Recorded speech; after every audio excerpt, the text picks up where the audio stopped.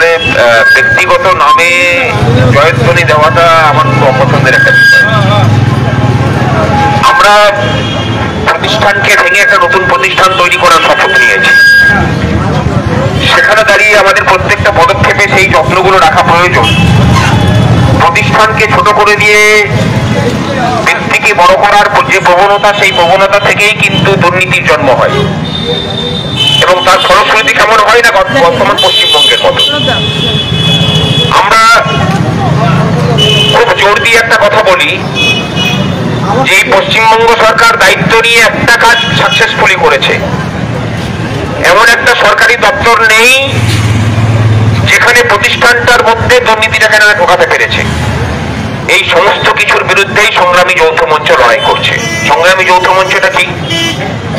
স্বাধীনতার পর থেকে যে রাজ্যের মানুষকে দলীয় রাজনীতির আবদ্ধের মধ্যে, দলীয় রাজনীতির দাস হয়ে বাঁচতে হয়েছে, সেখানে দাঁড়িয়ে সংগ্রামী যৌথ মঞ্চ এই রাজ্যের মানুষ তথা শিক্ষক কর্মচারীদেরকে একটা পৃথক প্ল্যাটফর্ম দিয়েছে, যেখানে মানুষ তার মানুষের পরিচয়ে দলীয় রাজনীতির প্রভাবমুক্ত হয়ে বাঁচার মতো একটা করে স্বপ্ন তৈরি করতে পারবে এবং সেটা আমরা সাকসেসফুলি করে দেখিয়েছি। গোটা ভারতবর্ষ জুড়ে নাগরিক মুভমেন্ট তৈরি হয়েছে বিভিন্ন সময়ে, বিভিন্ন ক্ষেত্রে, কিন্তু অবাক হয়ে দেখেছি যে পশ্চিমবঙ্গে সেই মুভমেন্ট কোনো দাগ কাটতে পারেনি। সর্বশেষ যে মুভমেন্ট গোটা ভারতবর্ষকে দাঁড়িয়ে দিয়েছিল, আমার মনে হয় যে দলীয় রাজনীতির প্রভাবমুক্ত হয়ে ইন্ডিয়া এগেন্স্ট করাপশন, আন্না হাজারের মুভমেন্টের মতো কোনো মুভমেন্ট গোটা ভারতবর্ষে স্বাধীন ভারতে হয়নি। কিন্তু গোটা ভারতবর্ষ উত্তাল হলেও পশ্চিমবঙ্গে তার কোনো প্রভাব পড়েনি। তার কারণ পশ্চিমবঙ্গের মানুষের দলীয় রাজনীতির বাইরে বেরিয়ে কোনো স্বাধীন অস্তিত্ব নেই। এই জায়গাতেই আমাদের লড়াই, এবং এই লড়াইটা করতে গিয়েই আমরা দেখলাম যে পশ্চিমবঙ্গে মানুষের সমস্যার সমাধানের কথা যতটা না ভাবা হয়, তার থেকে বেশি করে ভাবা হয় যে সমস্যাগুলো জিইয়ে থাকুক। সমস্যা জিইয়ে থাকলে লাভ, দলীয় আনুগত্যের মধ্যে সমস্যায় থাকা মানুষগুলোকে ব্যবহার করা যাবে। এই জায়গাতেই সংগ্রামী যৌথ মঞ্চের সাথে অন্যদের পার্থক্য। আমরা চেয়েছি যে সমস্যার সমাধান হোক। আমাদের মুখ্য যে দাবিগুলো, সেই দাবি শুধুমাত্র শিক্ষক কর্মচারীদের দাবি নয়, সেই দাবি সাধারণ মানুষেরও দাবি।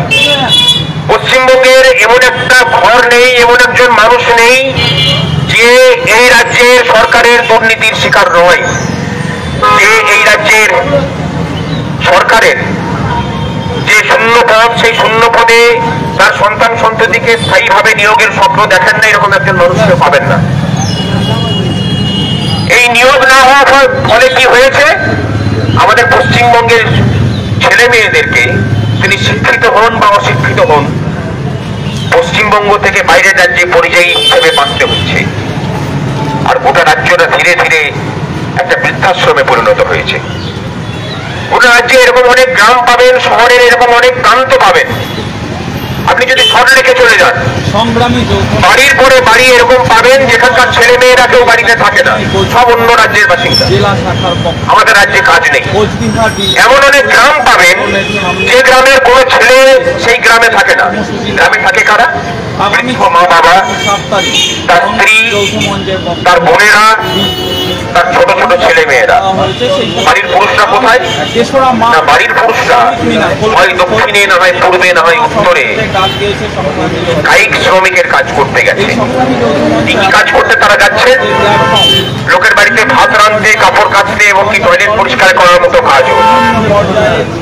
যে বাঙালি জাতির একটা সময় পরিচিতি ছিল যে এই বাঙালি জাতি তার বুদ্ধি বিক্রি করে খায়, এই বাঙালি জাতি তার মেধা বিক্রি করে খায়, বর্তমানে গোটা ভারতবর্ষের মানুষ বলছে যে বাঙালিরা হচ্ছে কায়িক শ্রমিকে পরিণত হয়েছে। এখন উত্তর পূর্বে নাগাল্যান্ডেও যদি যান, যেখানে রাস্তা তৈরি হচ্ছে, সেই রাস্তা তৈরির মজুর সাপ্লাই করছেন কারা? সব বাঙালি জাতি। এই বিগত 12 বছর ধরে বাঙালি জাতির এই যে আত্মিক অবনমন, এর এক এবং একমাত্র কারণ হচ্ছে এই সরকারের দুর্নীতি এবং এই জাতিটার যে আত্মপরিচয়, সেটাকে শেষ করে দেওয়ার চক্রান্ত, এবং সেটা করতে অনেকটাই সমর্থ হয়েছে। বিগত 12 বছর ধরে আমাদেরকে শোনানো হয়েছে যে সরকারের পয়সা নেই, অথচ আমরা যখন আন্দোলন করতে বসলাম 1 বছর ধরে আমরা বলে আসছি যে সরকারের কাছে পয়সার অভাব নেই। যেটা অভাব আছে মানুষের স্থায়ী উন্নতি করার যে প্রচেষ্টা, সেই সব প্রচেষ্টার অভাব। 17 থেকে 2021 2021 সাল, এই 5টা বছরে যে সরকারের কাছে নাকি টাকা থাকে না, সেই সরকারই এনজিও গুলোকে কি কাজ করতে দিয়েছেন আমরা কেউ জানি না। কারণ যে ফান্ডে টাকা দেওয়া হয়েছে সেই ফান্ডে কোনো অডিট হয় না। 1,08,000 কোটি টাকা ট্রান্সফার করেছেন। কার টাকা? সেই টাকা আমার আপনার করের টাকা।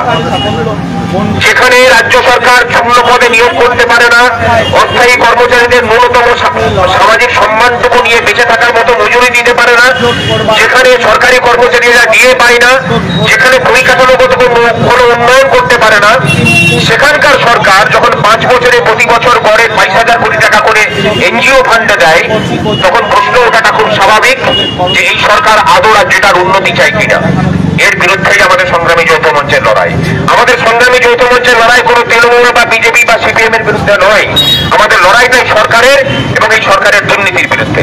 এই লড়াই চলবে, এই লড়াইটা আমরা চালিয়ে নিয়ে যাব এবং তার সাথে সাধারণ মানুষের সমস্যা সহ সরকারি কর্মচারী, শিক্ষক, শিক্ষিকাদের যে সমস্যা, সেই সমস্যা নিয়েও আমরা লড়াই চালিয়ে যাব সমানভাবে। এমন কোন জাতিগোষ্ঠী নেই, এমন কোন ক্ষেত্র নেই যেখানে এই সরকারের দুর্নীতি থাবা না বসেছে। আদিবাসী উপজাতি সম্প্রদায়ের মানুষ, জিরো ট্রাইব, তাদের শিক্ষা প্রতিষ্ঠানগুলোকে বন্ধ করা হচ্ছে ধীরে ধীরে, যাতে তাদের ছেলে মেয়েরা শিক্ষিত হতে না পারে। সেই সুযোগে কি হবে না, তাদের জন্য যে বাঁধা কোটা সিস্টেম আছে চাকরিতে, সেইগুলোকে কলেজে যায় যে স্থায়ী কোটার যে শূন্য পদগুলো আছে উচ্চশিক্ষার জন্য, সেগুলোকে ঘুষ দিয়ে বিক্রি করা হচ্ছে। দেখুন, কয়েকদিন আগে ধরা পড়েছে যে মেডিকেলে জিরো ট্রাইব যে কোটার আসন, সেখানে নন জিরো ট্রাইব যারা, তাদেরকে ফেক সার্টিফিকেট দিয়ে চাকরিতে ঢোকানো হচ্ছে, মেডিকেলে ইঞ্জিনিয়ারিং এ পড়ার সুযোগ করে দেওয়া হচ্ছে। কিসের বিনিময়ে? টাকার বিনিময়ে। এক একটা জাতি গোষ্ঠীকে চিরতরে অন্ধকারে ফেলে দেওয়ার যে প্রচেষ্টা সরকার চালিয়ে যাচ্ছে, সংগ্রামী যৌথ মঞ্চ তার বিরুদ্ধে লড়াই করছে। আগামী 6 এবং 7 তারিখ আমরা গোটা রাজ্য জুড়ে সমস্ত সরকারি ক্ষেত্রে ধর্মঘটের ডাক দিয়েছি।